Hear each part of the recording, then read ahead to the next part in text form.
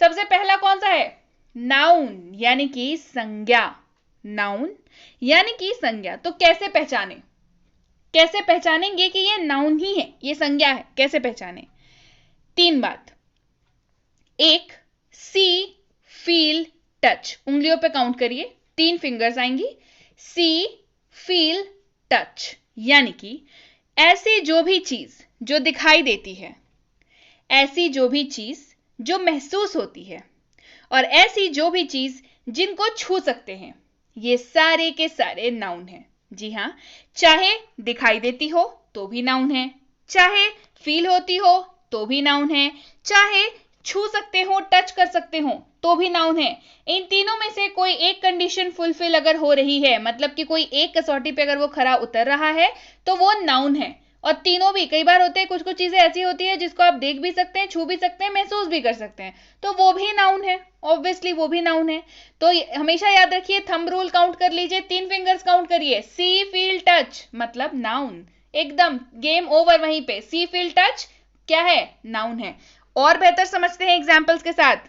देखिए, ऐसी चीजें जिनको आप देख सकते हैं, चेयर देख सकते हैं, फैन, टेबल, किताब, कलम, फूल, पेड़, पौधे देख सकते हैं सबको, सारी चीजें नाउन है। महसूस करने वाली चीजें देखते हैं अब चलिए, जिनको आप फील कर सकते हैं। हवा, हवा महसूस करते हैं, हवा छू सकते हैं? नहीं। हवा देख सकते हैं? नहीं। लेकिन हवा महसूस कर सकते हैं, तो क्या है? ये भी नाउन है। हैप्पीनेस यानी कि खुश, आप खुश हैं, आप उसको क्या कर रहे हैं? महसूस कर रहे हैं।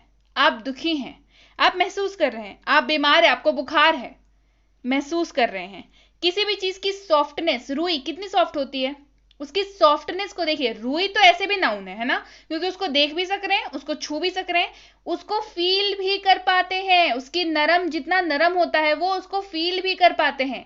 तो सॉफ्टनेस, या किसी चीज की हार्डनेस, यानी कि बॉल देखा है, बैट देखा है, कितना हार्ड होता है, तो उसकी हार्डनेस को आप महसूस कर पाते हैं, तो वो भी नाउन है।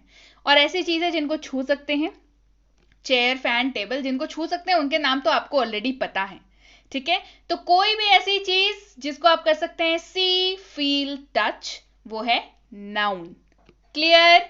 चलिए बढ़ते हैं आगे। अगला है प्रोनाउन। जी हाँ, क्या है? प्रोनाउन।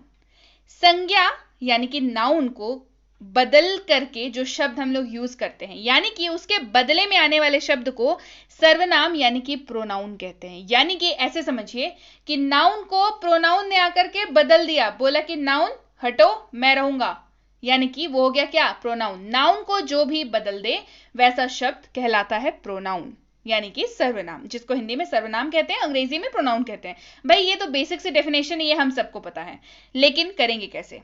समझिए, अगर मैं कहूं रानी एक डॉक्टर है, अंग्रेजी क्या हो जाएगी?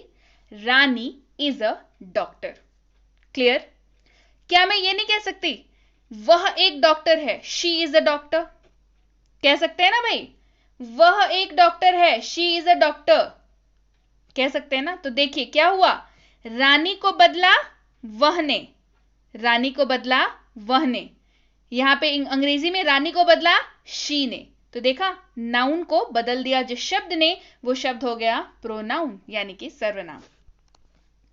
एग्जाम्पल्स देखिए, I, you, we, they, he, she, it, या और भी ढेर सारे प्रोनाउंस होते हैं। बेसिकली जो यूज होते हैं वो यही है। ठीक है, कौन कौन से? I, you, we, they, he, she, it, क्योंकि यही काम आते हैं नाउन को बदलने के लिए।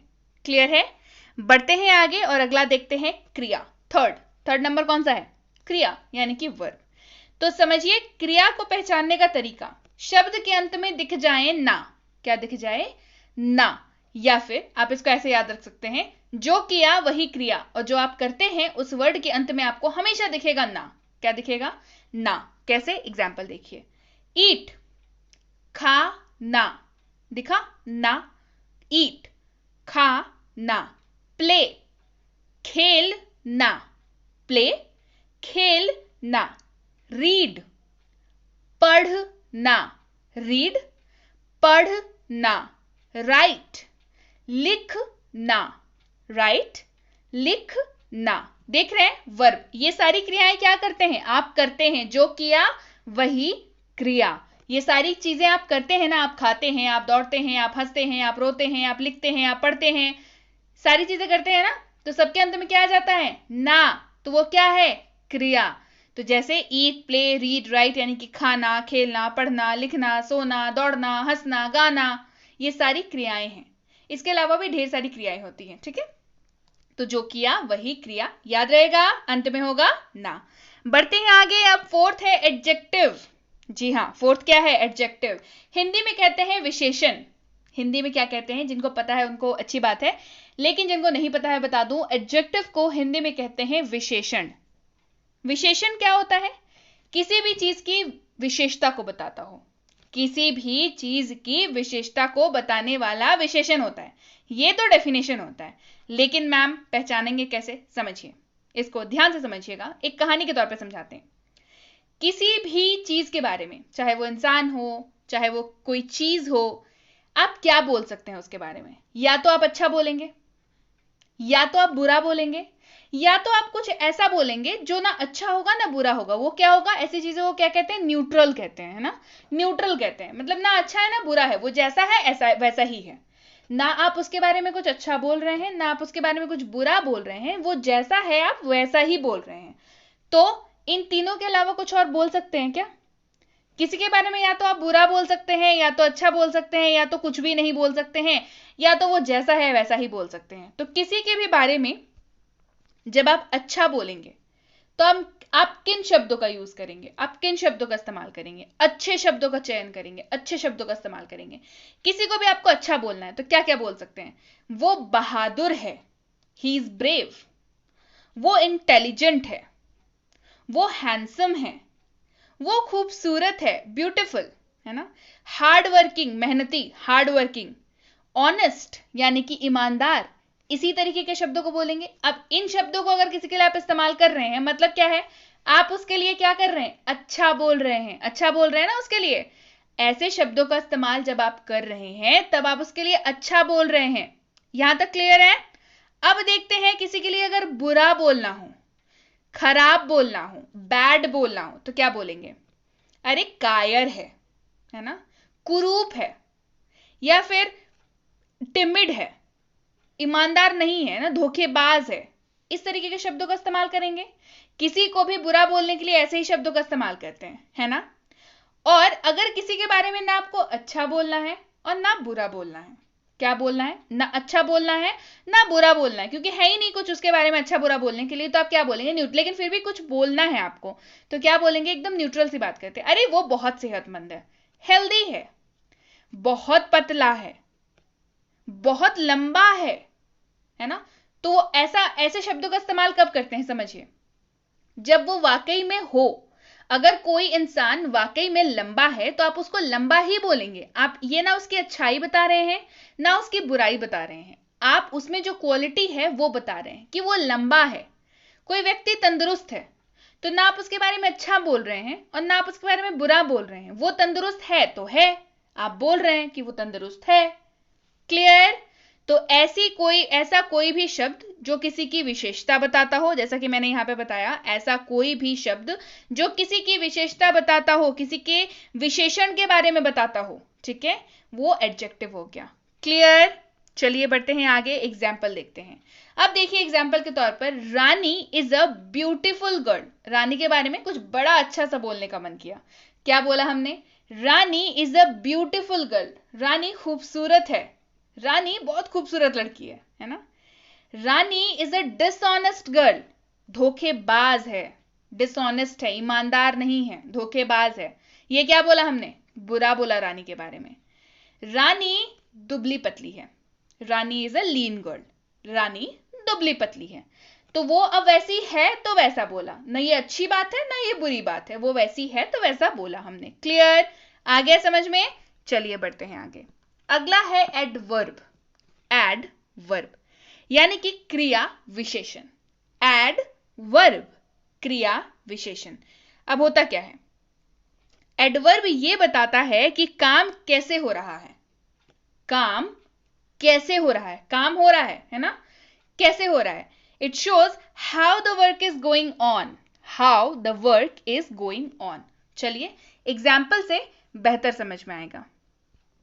अब देखिए, सोहन रन्स, यहां तक देखिए, सोहन रन्स, यहां तक पता चल रहा है कि सोहन के दौड़ने की बात की जा रही है, ठीक है।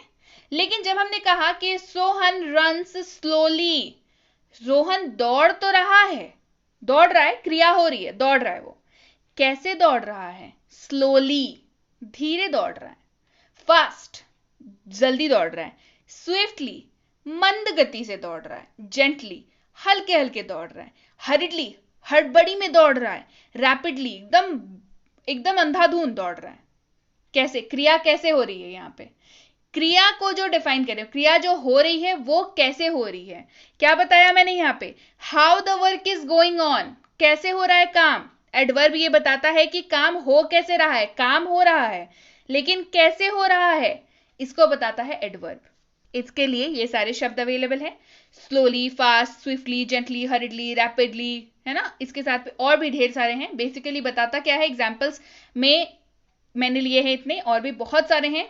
ये बेसिकली बताता है कि काम हो कैसे रहा है। क्लियर? बढ़ते हैं आगे। अगला है प्रीपोजिशन। क्या है? प्रीपोजिशन मतलब संबंध सूचक, संबंध सूचक है। इसके नाम में ही है कि क्या बता रहा है।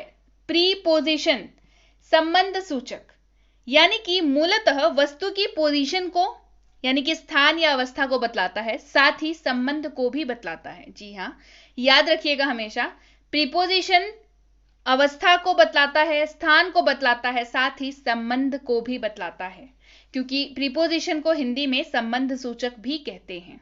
क्लियर? चलिए कैसे समझेंगे देख लीजिए। एग्जाम्पल देखिए, the book is on the table, the book is on the table. मैं आपसे पूछूं अगर किताब कहां है, आप बोलेंगे टेबल पर है। क्या बताया? किताब की जगह बताई, किताब का पोजीशन बताया। The book is on the table, table के ऊपर है किताब, किताब की पोजीशन बता दी। क्लियर? ऐसे ही ढेर सारे शब्द हैं प्रीपोजिशन के लिए, जैसे in, at, upon, under, up, down, across, behind, in front of, और बहुत सारे हैं, बहुत सारे हैं, है ना। क्यों? क्योंकि क्या क्या बता रहा है? पोजीशन बता रहा है, संबंध बता रहा है, ये सारी चीजें बता रहा है। क्लियर? स्थान बता रहा है, अवस्था बता रहा है, पोजीशन बता रहा है, संबंध बता रहा है, तो ढेर सारे शब्द भी हैं प्रीपोजिशन के ऊपर। क्लियर? समझ में आ गया प्रीपोजिशन क्या होता है? संबंध सूचक होता है, स्थान बताता है, अवस्था बताता है, पोजीशन बताता है, रिलेशन बताता है, इसको कहते हैं प्रीपोजिशन। ऐसा कोई भी शब्द जो वाक्य में ये सारी चीजों को डिनोट करता हो, ये सारी चीजों को बताता हो, सूचक हो ये सारी चीजों का, उसको प्रीपोजिशन कहते हैं। क्लियर? बढ़ते हैं आगे। अगला है कंजंक्शन। कंजंक्शन, बहुत सारे बच्चे कंफ्यूज होते हैं, कंजंक्शन क्या होता है। समझिए, कंजंक्शन के तो नाम में ही आपको आंसर मिल जाएगा। कंजंक्शन, जंक्शन का मतलब क्या होता है? सुना है ना, रेलवे जंक्शन, है ना, ये स्टेशन जंक्शन, वो जंक्शन, सुना है ना। जंक्शन रेलवे स्टेशन पे लिखा हुआ रहता है, ट्रेन से जाते हैं तो दिखता है ना कि भाई ये जंक्शन है, कोई फलाना रेलवे स्टेशन पे लिखा हुआ देखा है ना। जंक्शन मतलब क्या होता है, सोच के देखिए, जंक्शन क्या करता है? दो स्टेशन को जोड़ता है। जंक्शन पे कई बार ट्रेनें बदली जाती है ना, कि भाई इस आप जहां पे रहते हो उस वहां से उतनी दूर के लिए जहां आपको जाना है वहां तक ट्रेन नहीं चलती, आपको किसी एक रेलवे स्टेशन में उतर करके ट्रेन बदलनी है। तो जंक्शन क्या होता है? दो स्टेशंस को जोड़ता है, ठीक है। तो जो जोड़ रहा हो उसके लिए वर्ड इस्तेमाल हो रहा है जंक्शन। यहां पे क्या है? कंजंक्शन। ये भी क्या करता है? दो शब्दों या वाक्यों को जोड़ने वाले शब्द को कहते हैं कंजंक्शन। याद रखिए, जंक्शन से याद रखिए कंजंक्शन। दो शब्दों को या वाक्यों को जोड़ने वाले को कंजंक्शन कहते हैं। ये अब भूलेंगे क्या? अब नहीं भूलेंगे कभी। चलिए शब्द देख लेते हैं, एग्जाम्पल देखिए उसके पहले।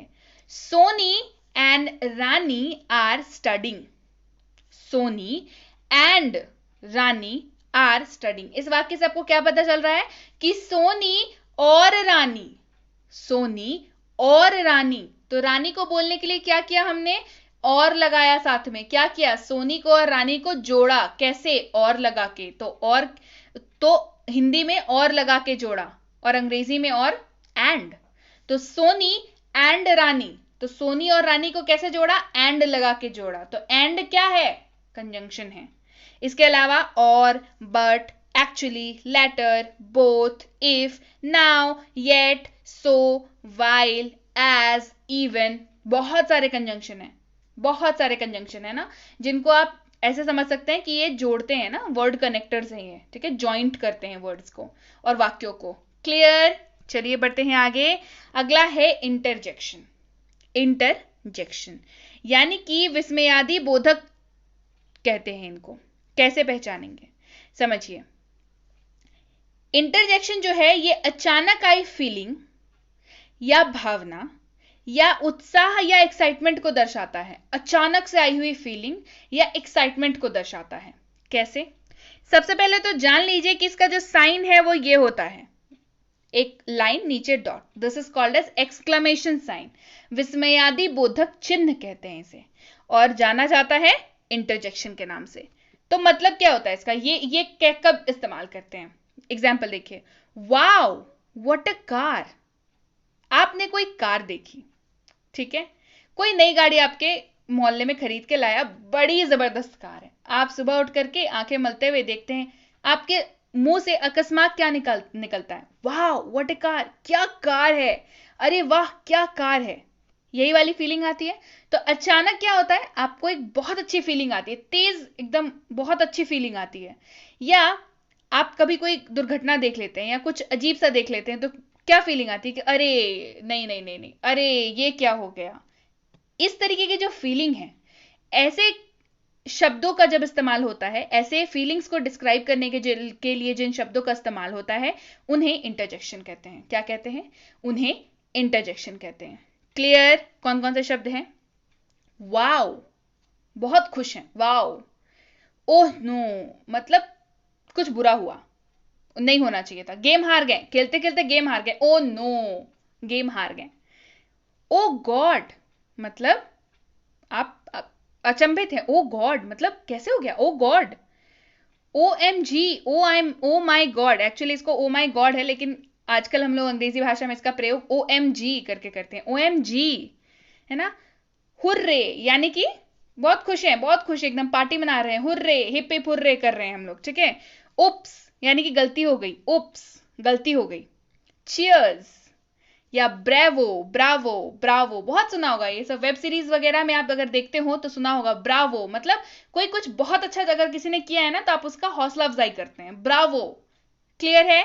तो ये है आपके 8 तरीके के पार्ट्स ऑफ स्पीच। अब मुझे पता है कई लोग बोलेंगे कि मैम 9 तरीके के होते हैं, तो भाई समझिए 9 तरीके की जब भी बात की जाए या कहीं पे भी आपको दिखे, तो समझिएगा उसमें आर्टिकल्स इंक्लूडेड हैं, लेकिन मूलतः प्रैक्टिकली ये 8 ही तरह के होते हैं। कई जगह पे आपको 9 तरह के मिलेंगे, जिनमें जहां आपको दिखे 9 तरह के, वहां पे समझिएगा आर्टिकल्स उसमें इंक्लूडेड हैं। क्या इंक्लूडेड है? आर्टिकल्स इंक्लूडेड हैं। क्लियर? लेकिन मूलतः यही 8 तरह के होते हैं। क्लियर है? तो उम्मीद है पार्ट्स ऑफ स्पीच जो है जबरदस्त तरीके से आज की क्लास हुई है, कॉन्सेप्ट बिल्कुल क्लियर हो गया। अब बताइए किसी वाक्य में अगर आपको मैं कहूं कि भाई एडवर्ब बताना क्या है, प्रीपोजिशन बताइए कौन है, कंजंक्शन बताइए कौन सा है,